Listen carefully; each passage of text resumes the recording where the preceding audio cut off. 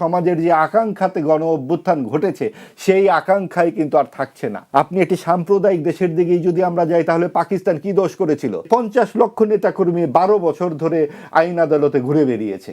তাদের প্রতি তো এই দলটির একটি দায় আছে। যখন রাতের বেলা নির্বাচনগুলো হয়ে গেছে এইভাবে, কোথায় ছিল ছাত্ররা?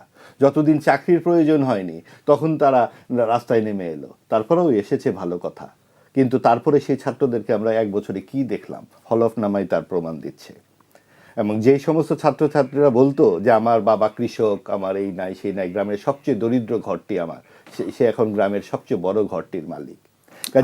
তথ্য উপদেষ্টা মাহফুজ আলমের তার ভাই যে হলফনামা দিয়েছেন সেখানেও তিনি কোটি টাকার মালিক। ব্যাপারটা হচ্ছে যে রাজনীতির যে দুর্বৃত্তায়নের কথা আমরা বলেছি বারবার, সেই দুর্বৃত্তায়নের একটি অংশ আমরা এখানে অভিনীত হতে দেখলাম গত 1 বছরে। মূল যেই বিষয়টা হচ্ছে যে আদর্শহীন রাজনীতি, এই ক্ষমতা কেন্দ্রিক রাজনীতির একদম আসল আত্মা। এখানে ক্ষমতাতে কিভাবে যেতে হবে সেইটারই চর্চা এবং উদ্যোগ, আগ্রহ সকলের মধ্যেই আমরা দেখতে পাই।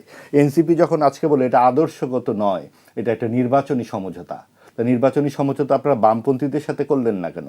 প্রগতিশীলদের সাথে করলেন না কেন? মুক্তিযুদ্ধের সঙ্গে যে সমস্ত রাজনীতি জড়িত তাদের সাথে করলেন না কেন? আপনাদের একবারও মনে হলো না যে আমরা কয় শতাংশ মানুষের সঙ্গে যাচ্ছি?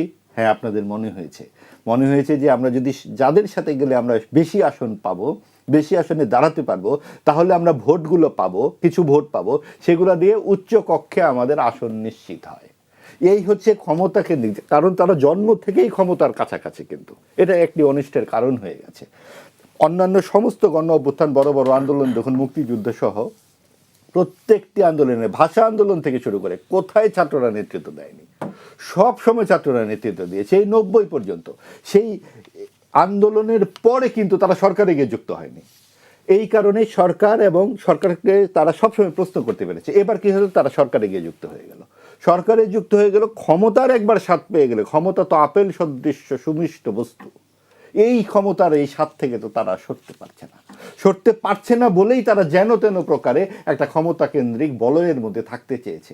এখানে আর কিছুই নয়, এটা কোনো সমঝোতার প্রশ্নই আসে না, এটা সম্পূর্ণ আদর্শগত। এবং আদর্শটা কি? ক্ষমতা এখানে আদর্শ। আরও আছে।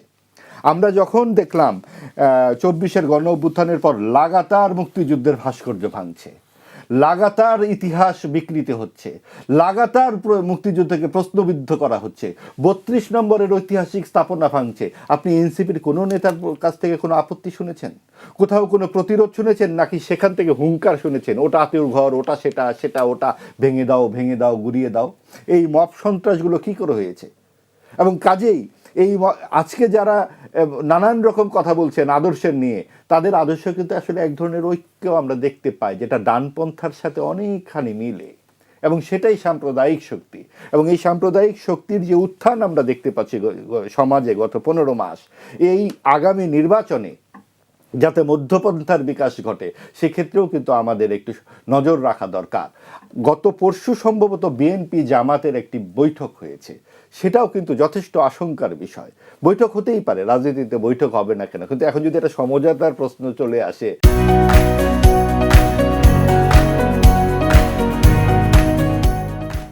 যে আমরা একটা সমঝোতা ভিত্তিক সরকার প্রতিষ্ঠা করবো, আপনি বুঝতে পারছেন দেশটা আবার কি হলো? যেই 17 বছরের এই অনর্গল আন্দোলনের আবার 5 বছর আসবে যেখানে কোনো বিরোধী দল থাকবে না, যার যার আদর্শ থাকবে। তো আপনি একটা সরকার পরিচালনা করবেন, আপনার কোনো ম্যানিফেস্টো থাকবে না। জামাত কি তাদের অর্থমন্ত্রীর নাম জানিয়েছে? জামাত কি তাদের পররাষ্ট্রনীতি জানিয়েছে? জামাত কি করে দেশের অর্থনীতি চলবে সেটা জানিয়েছে? শুধুমাত্র শুনেছি নারীদের কর্মঘণ্টা 5 ঘন্টা করা যাবে, এরকম একটা কথা বলেছিলেন। এবং নারীরা ঘরের রানী, এইরকম শব্দ আমরা শুনতে পেয়েছি, বাক্য শুনতে পেয়েছি।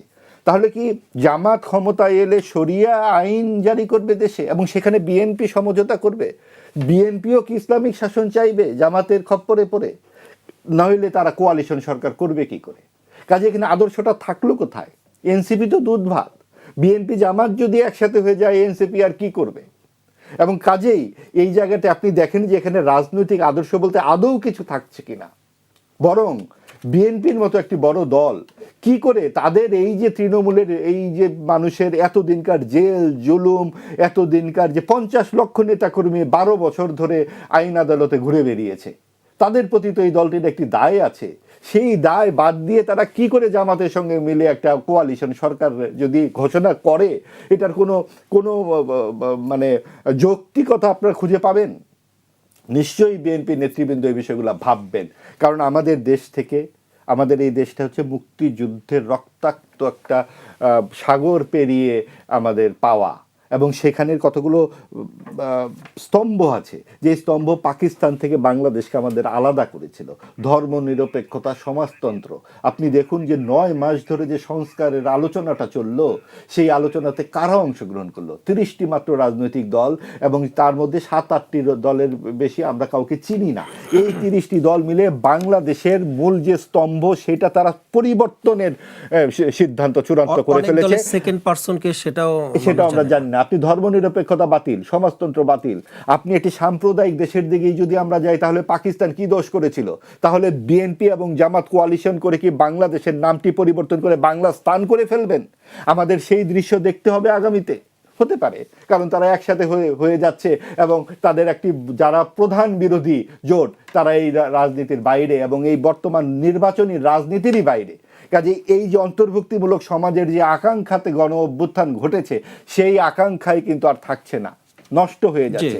কাজে আমাদের কথা হচ্ছে, বিএনপিকে এখন গুরুত্বপূর্ণ দায়িত্ব পালন করতে হবে।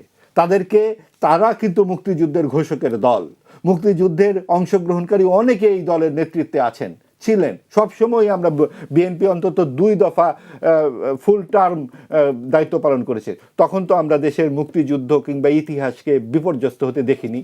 দেশের গণমাধ্যমে পাকিস্তান শব্দটি উচ্চারণ হতে কোনো অসুবিধা হয়নি। এমনকি মুক্তিযুদ্ধ শব্দটি, আপনি জানেন যে বিসিএস পরীক্ষায়, সর্বশেষ পরীক্ষায় প্রশ্ন এসেছে যে হানাদার বাহিনী এবং দখলদার বাহিনী, এবং বলা হচ্ছে প্রতিরক্ষা যুদ্ধ। মুক্তিযুদ্ধ কবে প্রতিরক্ষা যুদ্ধ হলো? এবং এই সরকার কি করে সেটাকে সায় দেওয়া তো দূরের কথা, এই সরকারের আমলে তো সেটা লেখা হচ্ছে। কাজে এই সরকার আসলে কাদেরকে প্রশ্রয় দিচ্ছে, এটা তো আর লুকানো নেই। কাজেই এই সময় এই যে পুরো পরিস্থিতি, যে নির্বাচনটি আসছে, এবং তখন যদি বিএনপি এই সারা দেশের মানুষ যে বেগম খালেদা জিয়ার জানাজায় উপস্থিত হয়ে কোন বার্তা দিল মুক্তিযুদ্ধের পক্ষে, বার্তা দিল অসাম্প্রদায়িকতার পক্ষে, বার্তা দিল সব ধর্ম, সব মত, সব শ্রেণী, বর্ণ, পেশার মানুষ এক মর্যাদার। এই বার্তা যদি বিএনপি না বুঝতে পারে, ঘোরতর সংকট থাকবে সামনে সেটা।